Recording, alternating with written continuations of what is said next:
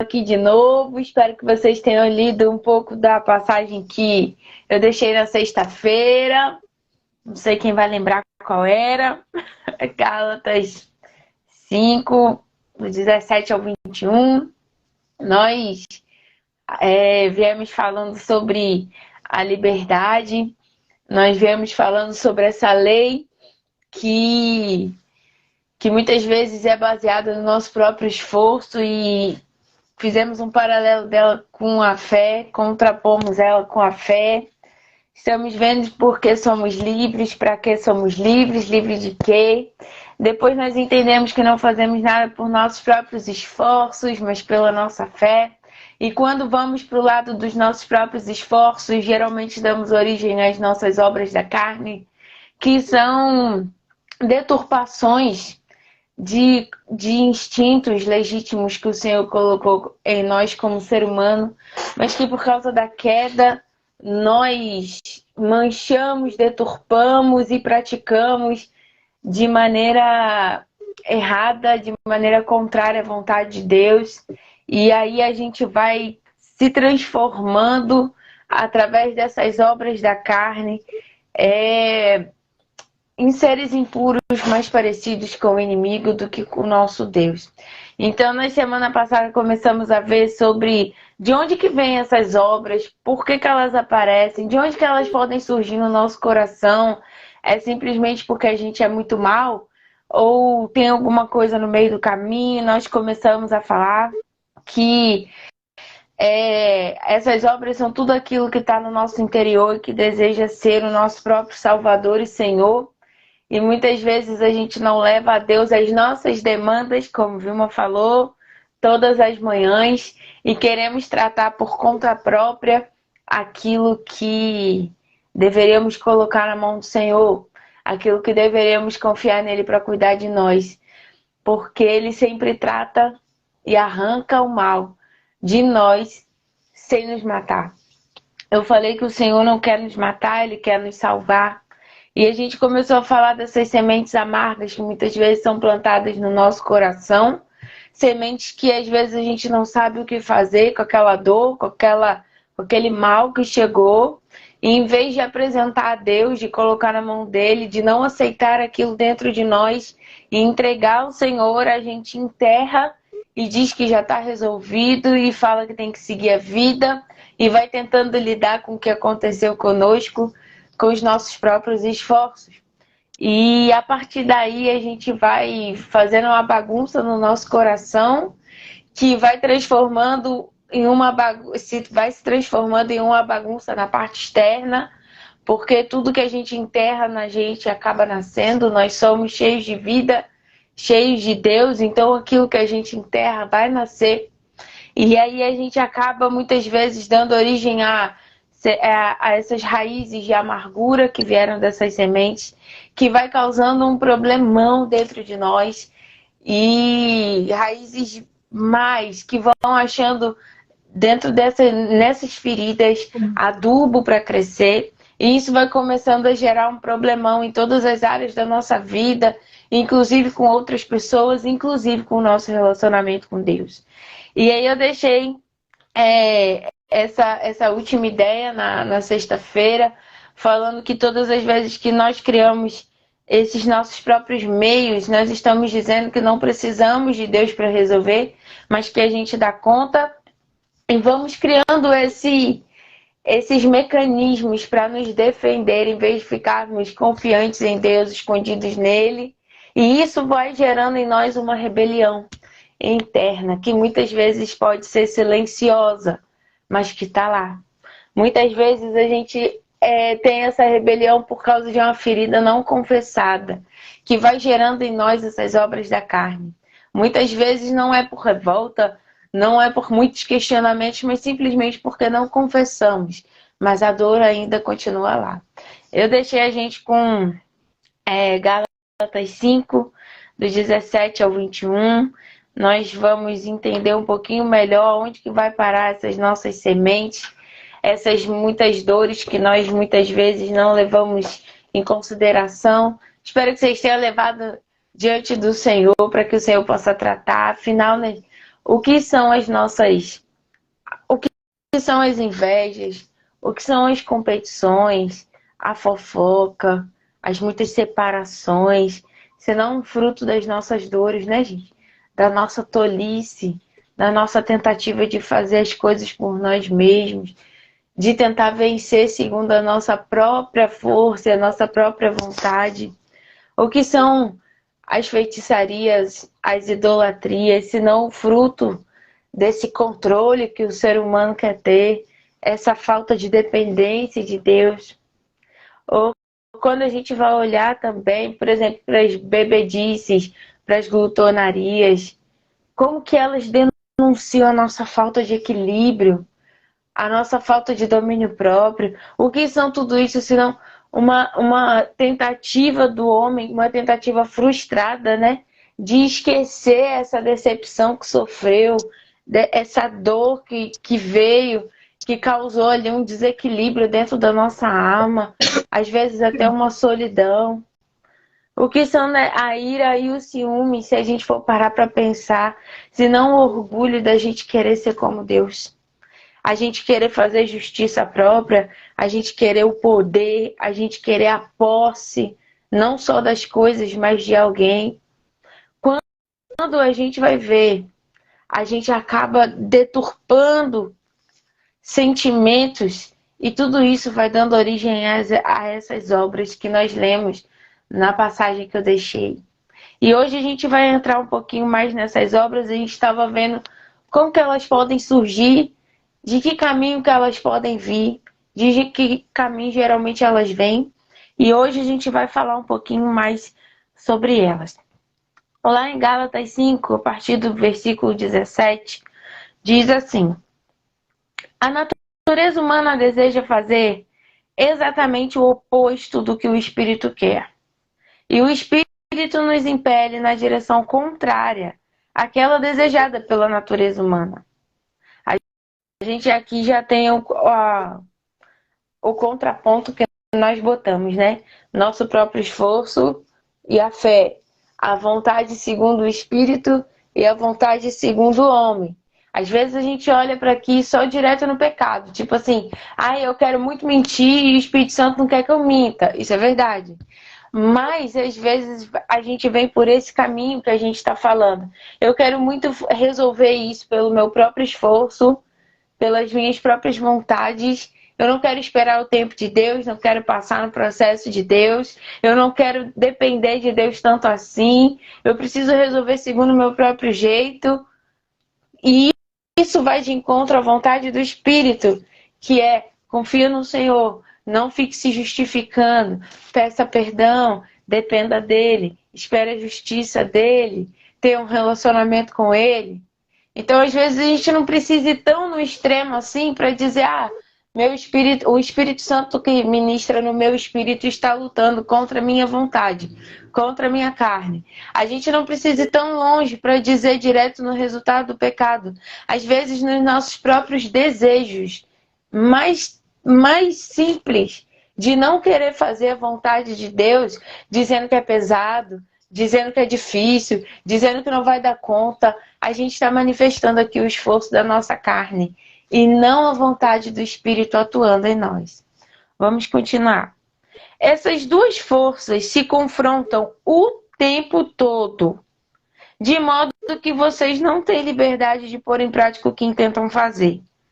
É interessante aqui, né? Porque a partir do momento que a gente é livre, a gente se submete à vontade de Deus. A gente já viu que a graça não é para ser banalizada e nem é uma capacitação para a gente viver de acordo com o que a gente quer.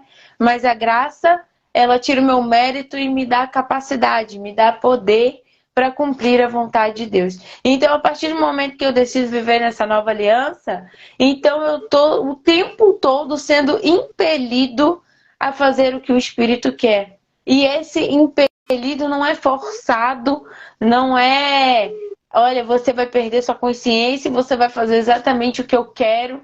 Não, mas é o tempo todo o Espírito Santo ministrando ao nosso coração para que a gente haja segundo a nossa fé, no que Ele diz e em quem Ele é, e não naquilo que a gente pensa. A Bíblia vai dizer: Não se apoie no seu próprio entendimento. A Bíblia vai dizer pra gente, agora não é mais a sua força, mas a força de Deus. É a alegria de Deus que é a tua força, não os seus muitos esforços.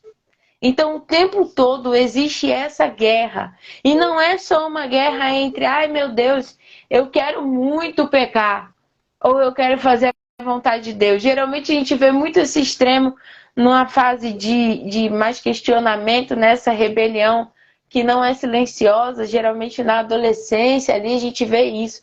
Mas existe uma, como eu falei, uma rebelião que é não confessada, que não é a vontade de muito pecar. É simplesmente a vontade de querer resolver as coisas do nosso jeito, não do jeito de Deus. É a vontade de não depender de Deus e sim da gente. Às vezes isso vai ficando muito sutil. As propostas de Satanás vão ficando muito sutil na nossa vida.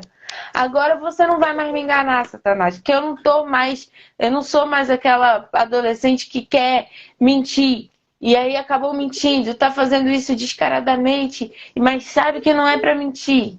Mas aí ele vem, então mente. Então não confessa. Ele vai criando ilusões, propostas cada vez mais sutis. Que quando a gente perde a nossa sensibilidade com o Espírito Santo, quando a gente tenta resolver as coisas pelos nossos próprios meios, a gente olha e acaba aceitando propostas de Satanás, porque ele vem exatamente na nossa fraqueza, que é a nossa rebelião. Rebelião não é só sair por aí tacando fogo nas coisas. Rebelião é a não obediência a Deus. Todas as vezes que eu e você não obedecemos ao Senhor, estamos em rebelião. E esse é um pecado duro que nos tira de um lugar de credulidade, de amor ao Senhor, de fé, de estar guardado na presença dEle. Não porque Ele se afasta de nós. Muitas vezes a gente aprende isso. Eu a vida toda ouvi isso na igreja. Se você pecar, Deus se afasta de você. Se você não pecar, Deus está com você. E eu ficava, quando eu comecei a crescer, eu ficava falando, acho que Deus é bipolar. Tipo assim, ele tá, mas ele não tá. Ele é, mas ele não é. Na minha vida, ele faz, mas ele não faz. Até que o Senhor começou a me fazer entender que não era ele, não. Era eu que me afastava dele. Uma vez que Deus deu para nós o Espírito Santo, nos foi dado o Espírito Santo, ponto, acabou. Quem apaga, quem extingue, quem não quer, quem não dá ouvido, sou eu. E uma vez que eu não dou valor, não dou ouvidos, não quero viver uma vida guiada por Ele, então eu vou saindo do lugar de filho de Deus. Eu vou saindo do lugar de não estar na presença do Senhor. Então não é o Senhor que fica vai e volta, saí, voltei. É a gente que decide sair. E muitas vezes quando a gente sai, é um processo árduo para voltar. Porque você pode até sair da congregação e depois de um tempo voltar para a congregação. Mas a cauterização que aquele pecado causou no teu coração, a cauterização que aquele distanciamento causou no teu coração, o endurecimento que essa distância de Deus causou no teu coração não é tão fácil assim de sair. Ele não é quebrado assim que você volta para a congregação. Não é quebrado assim que você se arrepende. Quando você se arrepende, você recebe de volta ali o seu quebrantamento. Mas a sua sensibilidade vai precisar ser recuperada dia após dia diante do Senhor. Quebrantamento é quando você se lança na presença de Deus e diz, eu dependo do Senhor e eu me arrependo. Eu tenho consciência de quem eu sou, do que eu faço sem o Senhor. E eu estou aqui dizendo que eu me arrependo. Aí eu me converto. Há um quebrantamento em mim, eu me converto. A decisão é imediata, mas a reconstrução da sensibilidade que você perde, porque você decidiu ir contra a vontade do Espírito Santo, às vezes demora muito tempo. E vai exigir de você muita coisa. E vai exigir de você muitas renúncias. E eu não estou falando isso para vocês só porque a Bíblia conta e vai demonstrar isso. que existe um alinhamento entre Deus e o povo. Eu estou contando isso para vocês de causa própria. Às vezes, a gente pensa, não, voltei, amém. Mas você não ouve mais a voz de Deus como antes. Você não está mais sensível como antes. Seu coração não está tão maleável como antes. Você não se permite mais ser tão trabalhado como antes. E aí você vai precisar ser quebrado nas mãos do oleiro. Vai precisar. Vai indo, vai esticando. Quebrou, não deu certo. Estica, passa pra cá, passa pra cá. Olha, faz uma volta aqui, traz pra cá. Isso aqui não tá bom, tem uma pedra aqui. Você vai entrando num processo que o pecado te coloca. Agora você vai entrando num processo para retirar esse pecado de você. Então a gente precisa começar a entender que existem essas duas forças lutando dentro de nós, não só de maneira escancarada, mas quanto mais você se apega a Deus, mais sutis ficam as propostas de Satanás. Mais sutil é a fraqueza, a brecha que ele está tentando achar para entrar. Porque se ele te mostrar alguma coisa de maneira escancarada, você vai dizer, eu não. Tem nada a ver com a palavra. Mas aí ele começa a fazer o que ele fez com Eva. Mas foi isso mesmo que Deus disse? Ele começa a colocar questionamentos, sabe? Mas foi exatamente isso que Deus disse? Não. Acho que você entendeu errado. Não queria dizer exatamente isso. Às vezes você está sendo bitolado demais, exigente demais. Tem nada a ver. Tem nada a ver usar essa roupa. Isso aí é aquele povo que está querendo mandar no que você tem que fazer. Não, tem nada a ver, menina. Tem nada a ver. Agora você trabalha a semana toda, você tem sua casa, sua família. Por que você vai no culto hoje? Não, Deus te entende. Deus ama você. Deus está ali com você. Não, você não precisa da igreja para adorar. Afinal, você é igreja. Não é que você não é igreja. Você é tanto que você nem precisa ir. Fica aí.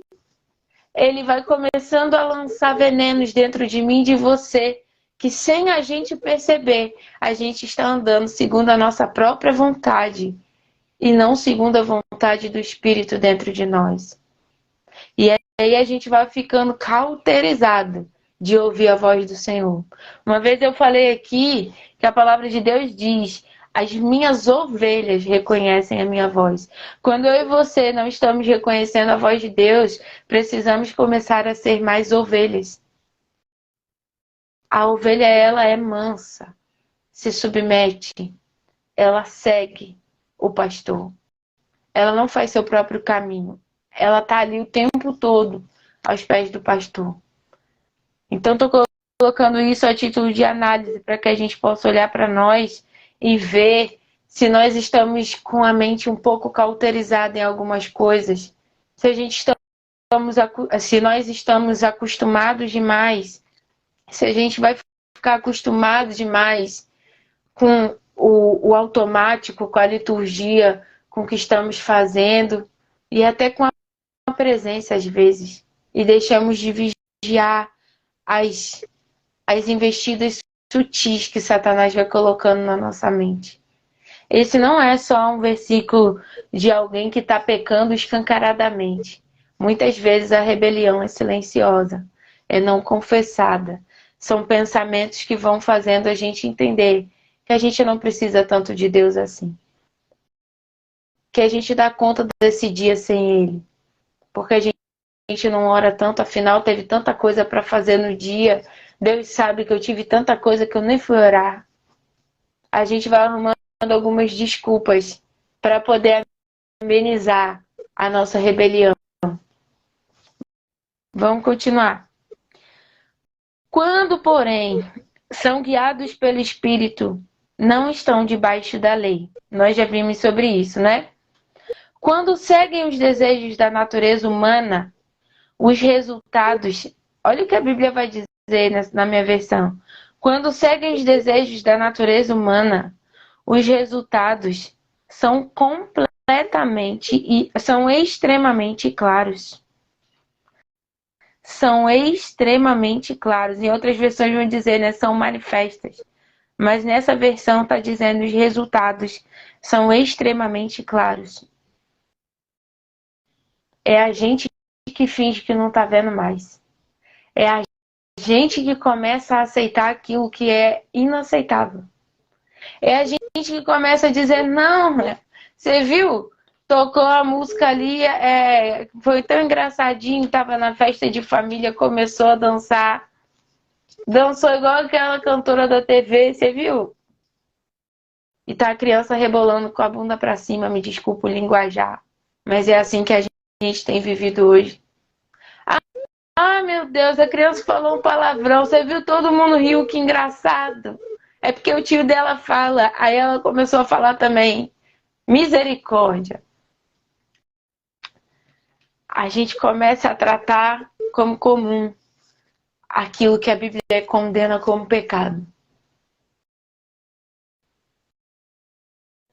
Ah, minha filha, agora virou adolescente. Só quer saber de andar com essas roupas, de andar com essa saia. Já falei, mas não tem jeito não, faz o que quer. E a menina tá andando com roupas sensuais, com decotes e roupas curtas. Mas não tem jeito, ela faz o que ela quer.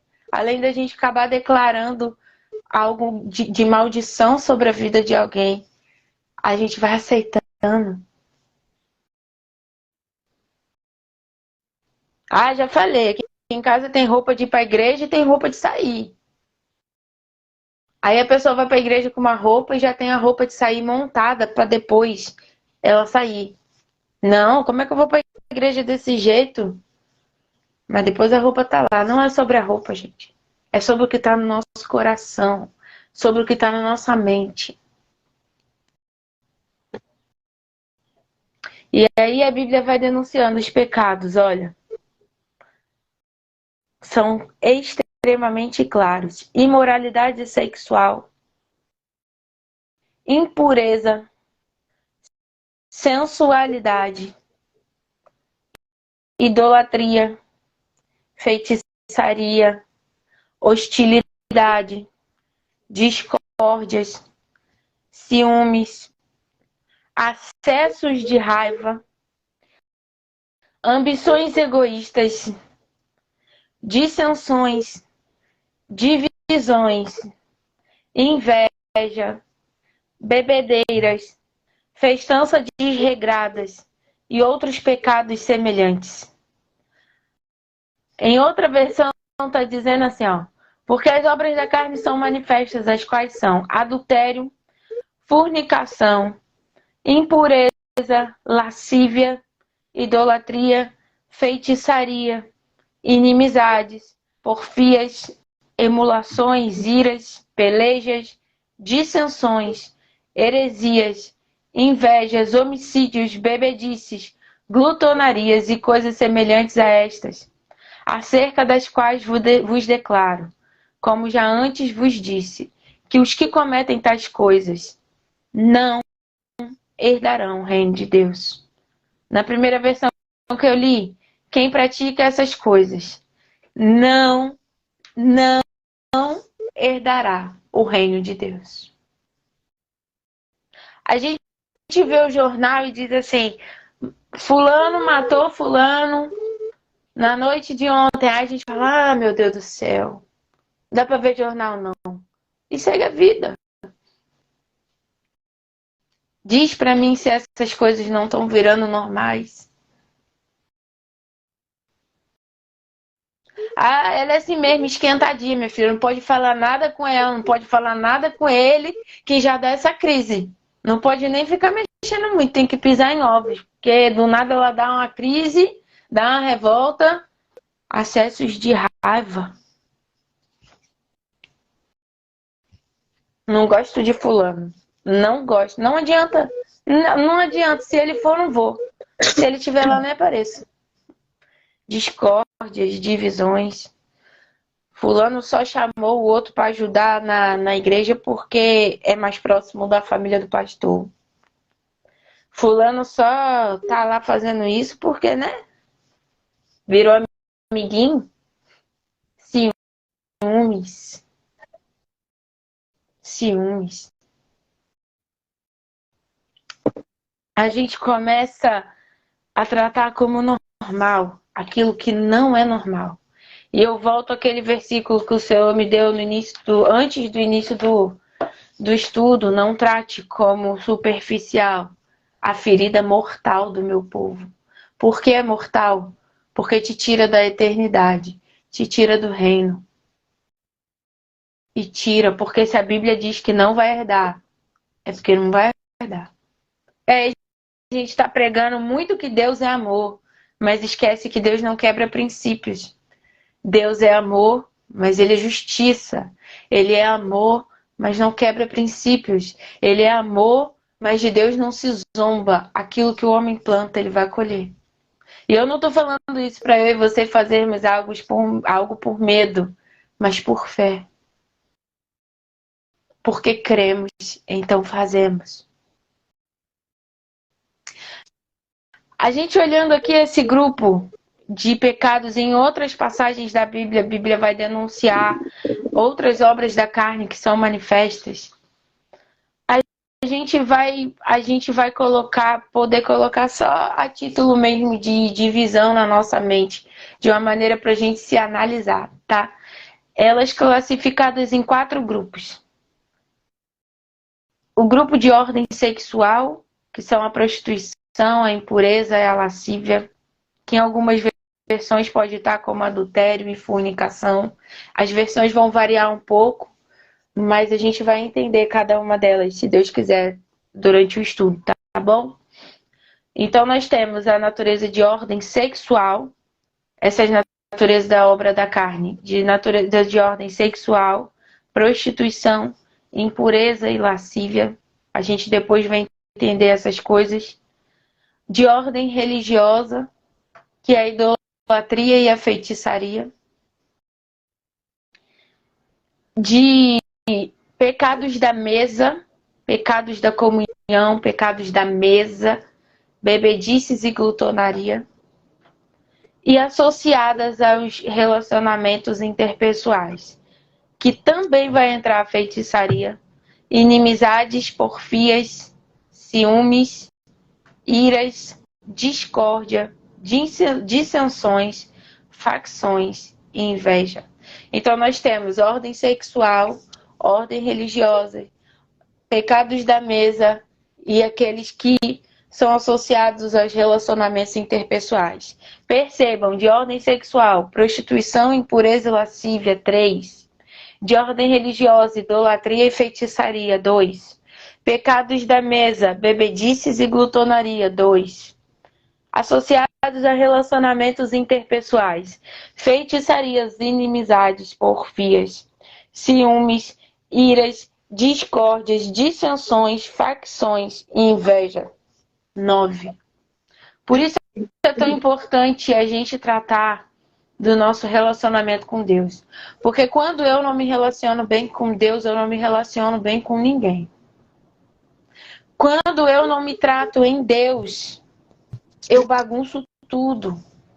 Quando essas sementes que eu falei amargas vão criando em nós essas raízes de amargura, a Bíblia fala que elas vão criando essa perturbação no contexto em que estamos.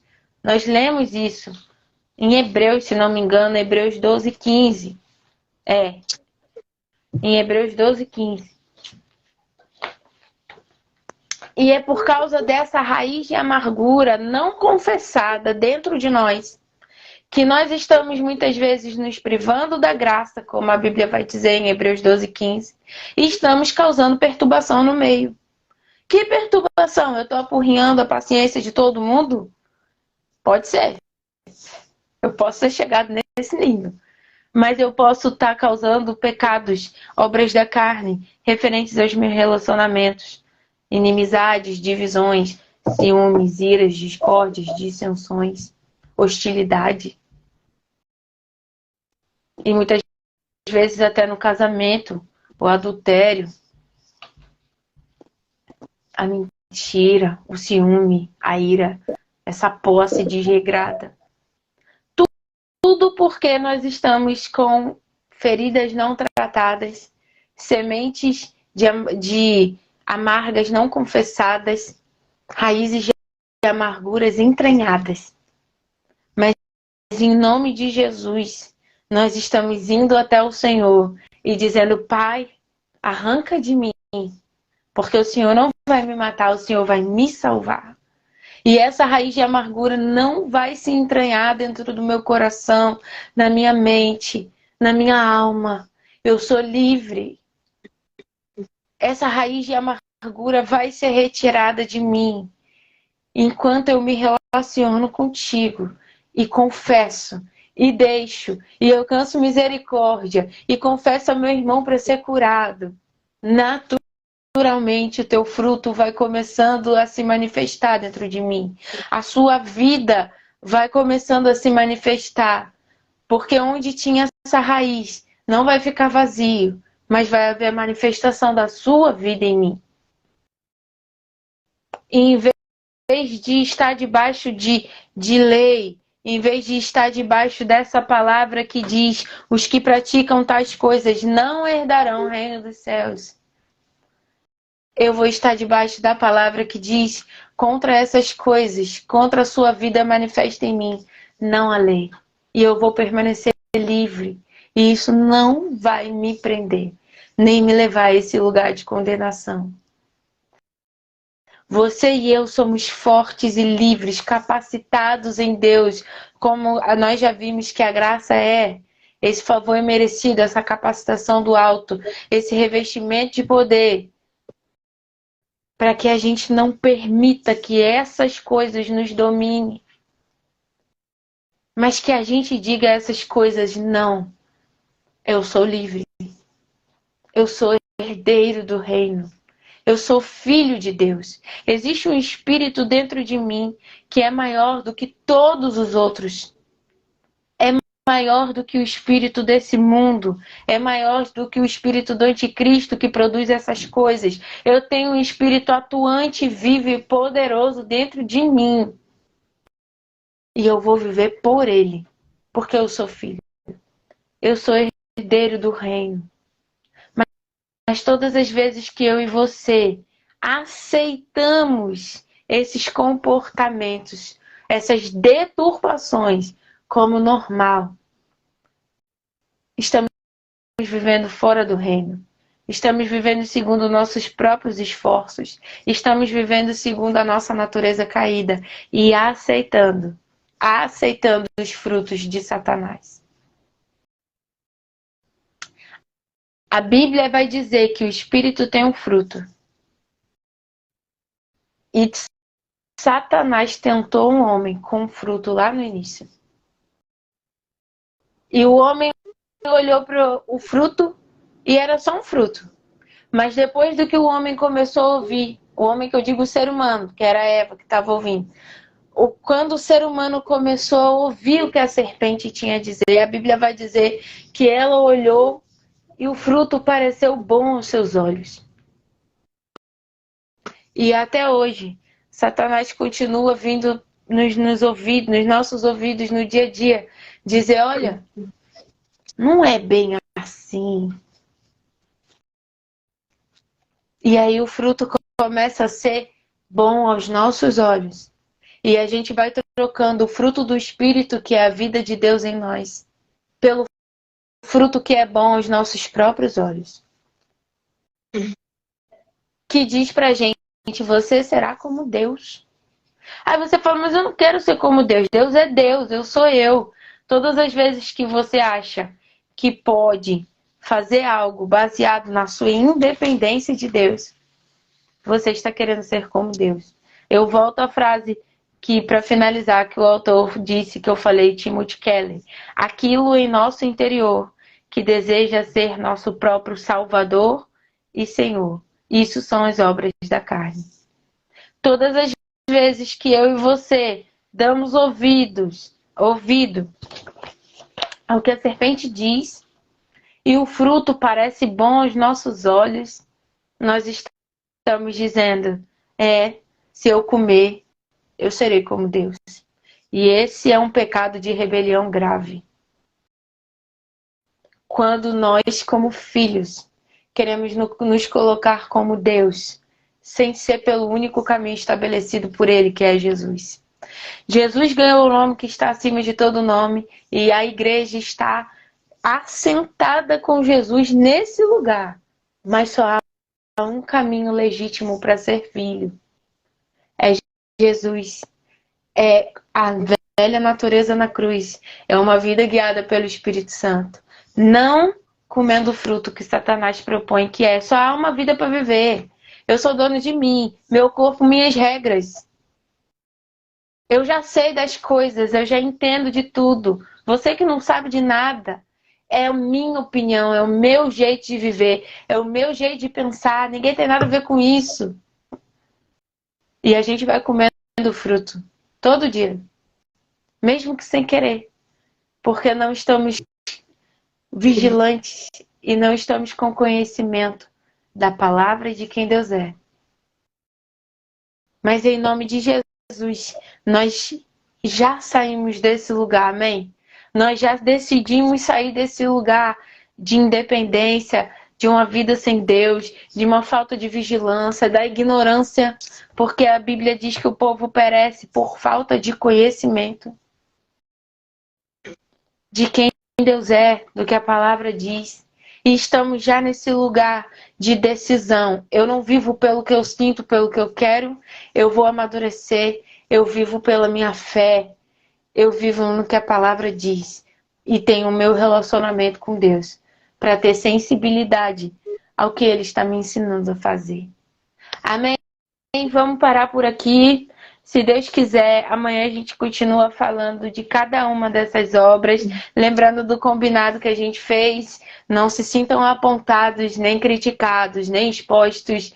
Deus só está tocando na gente para nos curar, para nos salvar, para fazer essa cirurgia em nós, sem nos matar. Não é para condenação, é para salvação. Amém?